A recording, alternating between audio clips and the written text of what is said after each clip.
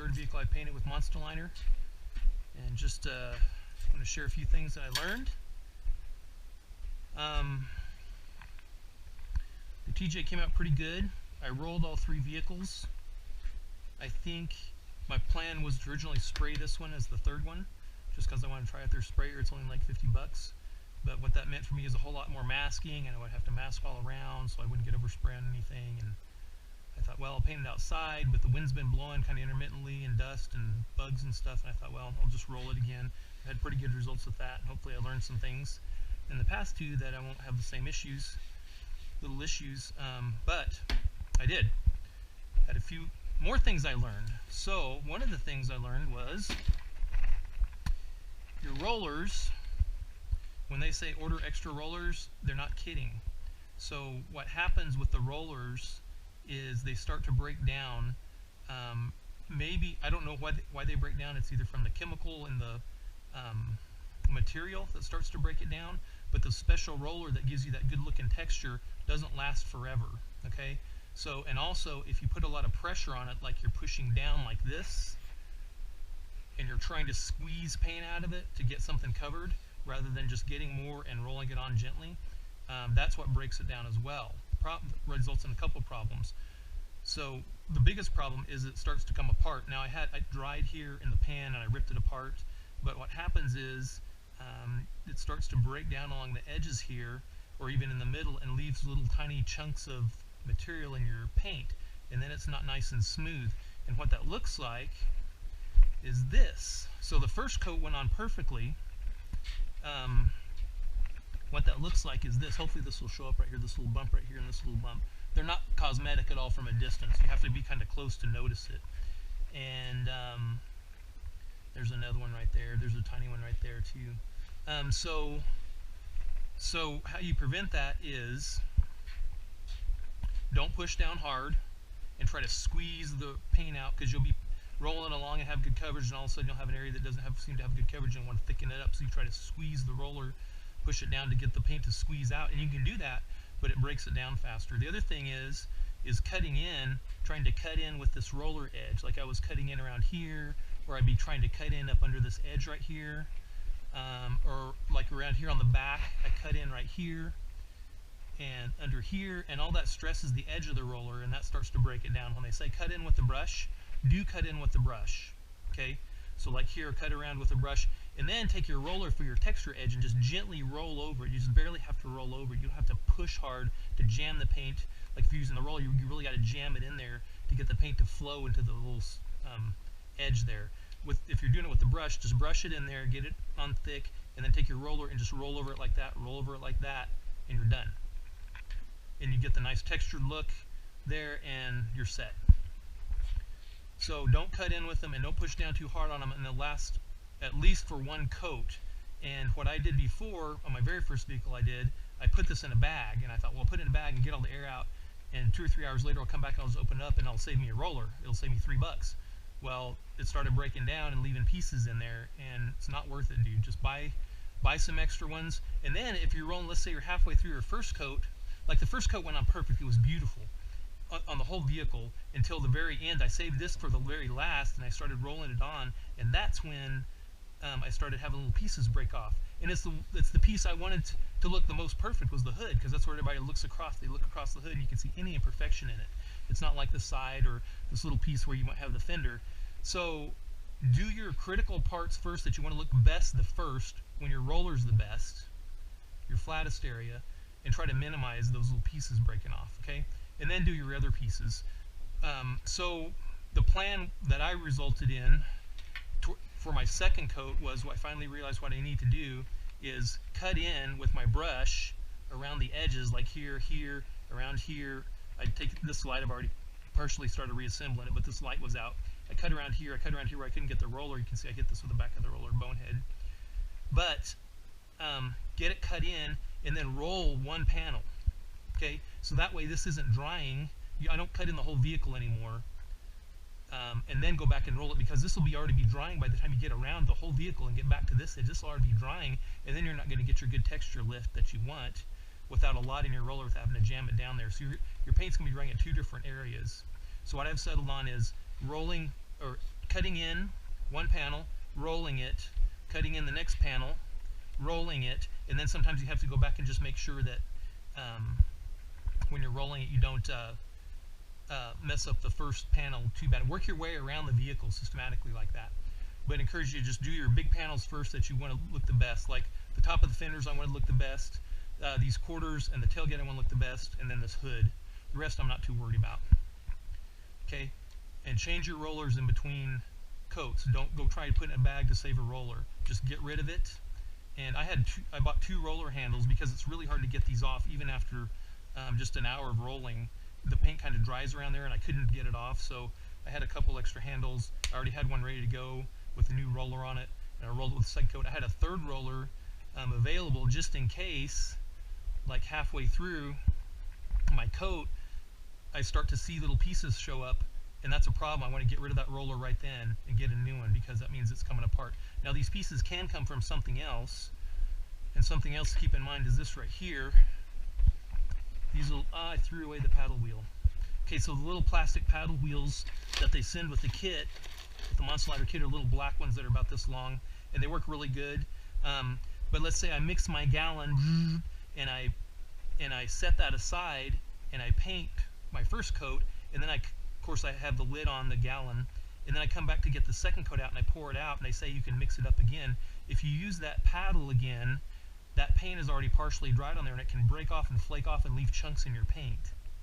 So I would recommend to you get several of those stupid little, as many times as you think you're going to mix your paint, get 2 or 3 of those little paint paddles and just put on a new one. Because you can't, even if you put it in a bag, I'd worry that it would start to dry partially and then it'd flake off and break off and then leave chunks in your paint. And that's another thing you don't want. So new rollers, new paint paddles, and hopefully that'll solve it for you. Hopefully you won't make some of the mistakes I did. Now, after I was rolling this, the interesting thing was, and all these pieces of my roller were coming off. I got some little tiny tweezer, like hemostat things, and while it was wet, like I rolled a panel, while it was wet, I went around and just picked them out, just like this. At first I was scraping them out with my finger, and then I hit it gently with the roller again just to get the texture back up for that little spot. But then sometimes I would leave another piece, and then I was doing that, and it was just like this monotonous, ridiculous, repetitive thing that I just kept leaving little pieces of junk in there. So I'd go through and with this, pick up a little piece out of it. It didn't hardly leave any change in the paint, and if it was nice and wet, like I just rolled it, I could get that little piece of chunk out of there, and then it would be nice and smooth. The paint would all kind of start to flow back together, because when you put a coat on, it flows together really well, even if you make a little nick in the paint. So when I put the second coat on, I forgot to go back and go over and pick the chunks out. So I have a few little chunks here in the hood. There's a couple in the door. There's one there. There's one there. They're not real noticeable. There's one there. There's one there. I mean, it's a 15-year-old Jeep. I'm not too worried about it. I'm just going to scratch it in the bushes anyway. So I really don't care. But if you're really trying to make a nice job of it, have your little tweezers ready and go around and pick out those little things that might show up. And if these things are starting to show up, just go ahead and change rollers. And if you haven't contaminated your paint bucket with the paddle that's already had old dried paint on it that's flaking off, then that's probably just the issue, is just the roller. So buy the extra rollers, buy the extra paddle, do a panel at a time, cut it in, and then roll it, cut it in, roll it, cut it in, roll it, and don't use your roller as a cut-in tool, cramming it into these cracks. It works. I'm not saying it doesn't work. It works, and it's very fast that way if you do that. But it also ruins the roller. And so, I mean, you could wait till the end if you're cutting in, and you've done all your hard panel, all your flat panels, and you're not worried about the roller coming apart. Go ahead and start cutting in with it. Use it to your advantage then, but just expect that it'll start to come apart and leave little flakes of paint in. So that's what I've learned. And I mean, overall the Jeep came out very well. I'm very happy with it. It's nice and smooth. The color's good. It went on really easy. Even though it's not humid here at all, the paint dried in like 2 hours. It was ready for the second coat. And it wasn't even hot. It was like 70 degrees outside. So this front grille I did in the black. This is just the regular black bed liner color. The fenders, I don't know if this is the front. the right or the left, but that's what it's going to look like. So hopefully it'll look pretty good. I did these in black as well, and I also did the insides because the insides were green. I just kind of brushed them. I'm not too worried about the texture on the inside.